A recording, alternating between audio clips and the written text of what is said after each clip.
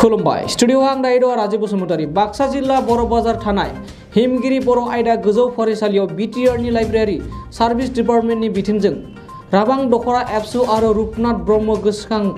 बाख्रिया जथाय समाजाव फरायनाय हुदा बांहोनायनि सायाव सांग्रांथि मेल हाबाफारि लानाय जादों। बे गाब गोनां हाबाफारियाव गंगु फरायसालिनि फरायसाफोरा बाहागो लायो आरो हाबाफारिखौ मेहेरगोनां खालामो। बे हाबाफारिखौ बेखेवगिरि महरै बाहागो लाफैदों बाक्सा जिल्ला एबसुनि लेङाइ आफादगिरि बासिराम रामसियारि बिथाङा गावनि बिबुंथिफोरजों फरायसाफोरखौ गेदेर गेदेर सुबुंफोरनि खोथाजों एबा जिउखौरांफोरखौ रायखांना फरायसाफोरखौ थुलुंगा होयो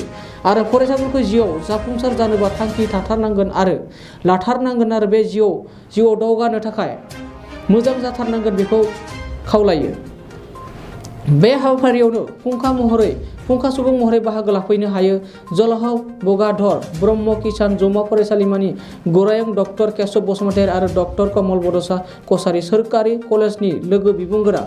बिथाङा आरो बाहागो लाफैबावनो हायो। बाक्सा जिल्ला एबसुनि नेहाथारि भारत बर' बिथाङाबो बे हाबाफारियाव बाहागो लाफैयो। डक्टर कमल बड'सा बिथाङा खौरांनि सिगाङाव फोरमायदों दि बे हाबाफारिनि गेजेरजों फरायसाफोरा गोबां बाथ्रा मिन्थिनो हादों। बे राबां ओनसोला खना जायगानि जोबोर गोग्लैसोनाय ओनसोल। फरायनाय माबायदि सुबिदा उसुबिदा जायो बेनि सायाव मोजाङै मिथिनो हायो होननानै बे हाबाफारिनि गेजेरजों फोरमायो। आं गिबियावनो नोंथांमोननि बड'लेण्ड रादाबखौ साबायखर बावदों। दिनैनि बायदि हाबाफारिखौ खुंफुंना होनायनि थाखाय बिटिआर सरकारनि जिथु लाइब्रेरि साइन्स डिपार्टमेन्टनिफ्राय खुंदों आं गिबियावनो साबायखर बावदों। बे हाबाफारिनि गेजेरजों फरायसा बिथांमोना जोबोद मोनसे फरायनाय हुदाखौ बांहोनायनि सायाव सावरायनायनि गेजेरजों बिथांमोना माखासे खोथाखौ मोन्थिनो मोन्दों। आं मोन्थिगौ बे राबां ओनसोला जोबोद गोग्लैसोनाय सिंनि ओनसोल। बेवहाय फरायनानै गेदेर जानो हानाय मा सुबिदा दं बेफोरखौ जोंनि फरायसाफोरा बारा मोनथिया। बेखायनो बे हाबाफारिनि गेजेरजों जोबोद मोनसे मोजां हाबाफारि आरो बेजों मोजां बेनिफिट जागोन होनना आं सान्दों। फरायसाफोरा आथिखालाव माबायदि हालोदाव दं आरो बिसोरो बायदिया माबायदि थाङोब्ला जौगानो हायो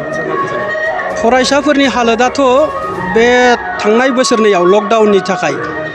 मोनसे माइन्डसेटआ जादों मा लकडाउन स्कुल कलेज बन्द फरायनाय गैया होननानै सानना लादों। जों बेखौ जों गार्जेन लेभेला जों गोरों गोराया जे बिथांमोननि न'आव जे लकडाउन गैया न'नि फरायनाय टेबोलाव जे लकडाउन नङा स्कुलासो बन्द मास्टारासो फैनो हायाखै खिन्थु गाव जे लेखाखौ फरायनो हायो न'आवबो बे हालोदखौ हुदाखौ लानो हायोमोन नाथाय सांग्रांथि गैयिनि थाखाय फरायनायखौनो बन्द होननानै साननानै लानाय बायदि जों नुदों आरो। गथ'नि सायाव बिनि बिमा बिफाफोरखौ नोंथाङा माबोरै सांग्रांथि थानांगौ होनना सानो? गावनि गथ'आनो बिमा बिफानि मोनसे जोबथा सम्पद आरो बे गथ'आनो रायजोनिबो मोनसे हिउमेन रिसर्स सम्पद सुबुं सम्पद। दा बेनि सायाव बिमा बिफानि दायथ'आ जोबोद गोबां। खारन गथ'आ गाज्रि जायोबा न'खरजों लोगोसे रायजोआनो गाज्रि जायो जोंनि हारियानो गाज्रि जायो। बेखायनो गथ'खौ मोजां खालामनो थाखाय बिमा बिफाया जेब्लायबो मोनसे गाइडशिप मोनसे नोजोर आरो दिथा होनाया गोनांथि दं। आथिखालनि फरायसाफोरखौ गाज्रि मुवा लानायाव बांसिन गोसो होनाय नुनो मोन्दों। बेबायदि बेलायाव नोंथाङा मा बुंनो सानो? बिराद दुखुनांथाव। मानो होनना बुङोब्ला जोंनि जाखांफुनाय फरायसा बिथांमोना जे गाज्रि बेसादखौ मोनसे हुदा खालामनानै लानाय अबस्थायाव सफैबाय। जों बेवहाय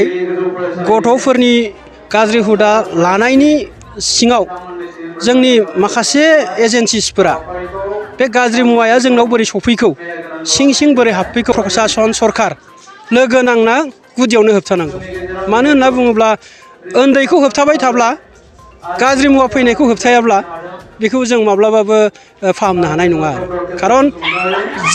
जायनिफ्राय दैनि फुंखाया फैदों बै दैखौ थेयोब्लासो बे जों आबादथिलि बायदिखौ मोजां खालामना लानो हानाय बायदि। दै थिलिखौ होबथायाब्ला बे आबादखौल' मोजां खालामनो नागिरबा दै बानाया बुस्रांबाय थानाय बायदि बोसोरफ्रामबो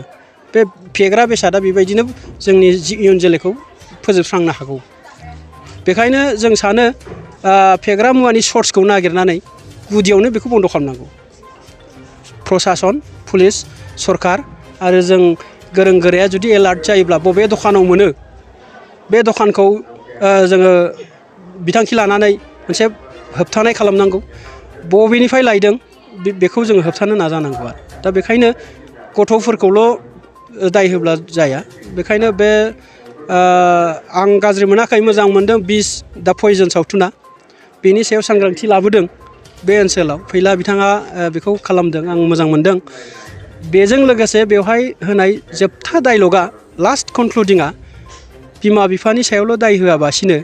एसे जोङो जुदि बे सिस्टेमखौ होबथानाय सिस्टेमखौ देखायबावनो हायोब्ला उननि एपिसडफोराव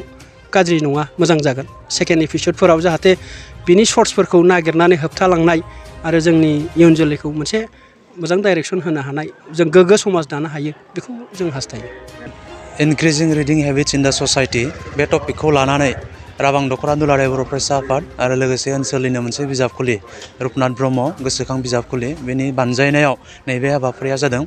दा बे हाबाफारिखौ बिटिआरनि मोनसे इनिसियेटिभनि गेजेरजों खालामनाय जादों बिटिआर सरकारनिफ्राय बेबायदि रांखान्थियारि अनसुंथाइ हरनानै बेखौ हाबाफारिखौ खुंफुंनायाव मदद होनाय जादों दा जोंनि समाजाव फरायनायनि जि हुदा बेखौ बांहोनो थाखाय नाजानाय जाबाय थादों मानोना समाज मोनसेखौ गोग्गो खालामनोब्ला बा गोग्गो समाज दानोब्ला जोंनि जि फरायफुनाय लाइमोनफोर फरायसाफोर बिसोरनि गेजेराव फरायनायनि जि मोनसे हेबिट्स बेखौ बारायथारनांगोन नङाब्ला फरायनाय हुदा गैयाब्ला बिसोरो दिनैहाय जि जानो गोसो समाजाव जों जाय गथ'फोरखौ लानानै दिनैहाय मोनसे गोग्गो समाज हास्थायदों बा एक्सपेक्टेसन लादों बे जाफुंसारनाय नङा मानोना बिजाब फरायनायनि गेजेरजों बिसोरनि जिखिनि आखल आखु दानायनि बाथ्रा गोग्गो सोलोंथाइ लानायनि गेजेरजों बेबो जाफुंनानै फैगोन दा बेखायनो फरायनाय हुदाखौ दिनै बारायथारनांगौनि थाखाय बे increasing reading habits in the society टपिकजों दिनैनि बे एवारनेस प्रग्रामखौ लानाय जादों दा जों दुलाराय बर' फरायसा आफाद हिसाबैबो फरायनायनि सायाव माखासे हाबाफारि लादों जेरैहाय मिशन क्वालिटि एडुकेसन मोनसे थांबाय 2020 मायथाइसिम बेनिफ्राय एक्सटेनसन खालामनानै दायो 2021निफ्राय जि mission skill and quality education बे हाबाफारिया जाबाय थादों फरायसालि जायखिजाया कलेज इउनिभारसिटि बेवहाय जाबाय थादों थाखो लायै थाखो आरो बेजों लोगोसे जि बड'फा मिशन फर सास्टेनेबल चेन्ज बेबो जाबाय थादों दा बेजों लोगोसे नैबे जि फरायनायनि सायाव हुदाखौ बांहोनायनि बा बारायनायनि हाबाफारि सांग्रांथि हाबाफारि बेबो जोंनि समाजखौ गोग्गो दानायाव बा गोग्गो समाज दानायाव मोनसे गोनांथार बिफाव लागोन होननानै जों साननो हादों बा बेनिफ्राय जोङो एफेक्टिभ रिजाल्ट्स मोननो हागोन होननानै जों साननो हादों फ्रुइटफुल रिजाल्ट्सखौ जों बेनिफ्राय मोननो हागोन होननानै साननो हायो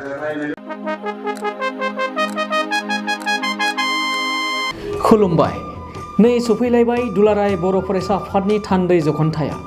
दुलाराय बर' फरायसा आफादा खुंगा 54थि थान्दै सावरायमेलखौ गोजोनै खुंफुंनो कार्बि आंलं जिल्लानि लांहिं नोगोरनि हाजोआरि गोजोन फोथाराव थि खालामबाय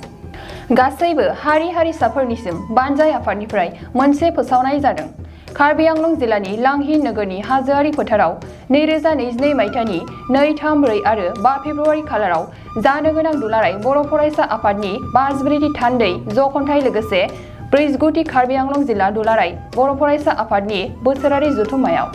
जायफोर बर' फालांगिरिफोरजों लोगोसे आसामनि जायखिजाया हारिनि फालांगिरिफोर जेरै बुक स्टल्स, टि स्टल्स, बेन्डर्स, हाउकार्स बायदिफोरजों लोगोसे बर'नि गाननाय जोमनाय दख'ना गामसा आर'नाइ टेक्सटाइल्सनि बायदि रोखोमनि जि जोम दिन्थिनाय आरो फाननायनि थाखाय गिदिरथार मोनसे एग्जिबिसन लानाय जादों बेखायनो जायखिजाया गोसो गुदुं फालांगियारि बिथांमोनखौ फैगौ जानुवारि दाननि 20 खालारनि सिगां गाहायाव होनाय 86389111317896968903 जानबुं नङाव सिगांग्रो खौरां लाना गावनि मुं थंफोरखौ रेबथुमना लाहरखानायजों लोगोसे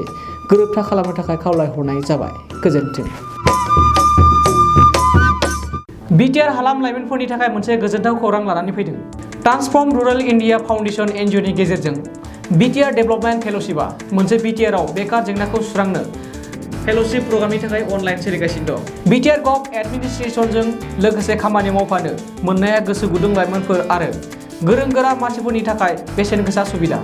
लोगोसेनो बेयो मोनसे बिटिआरनि सिङाव थानाय सुबुंफोरनि समाजनि जेंनाफोरखौ सुस्रांनायनि मोनसे मोजां लामा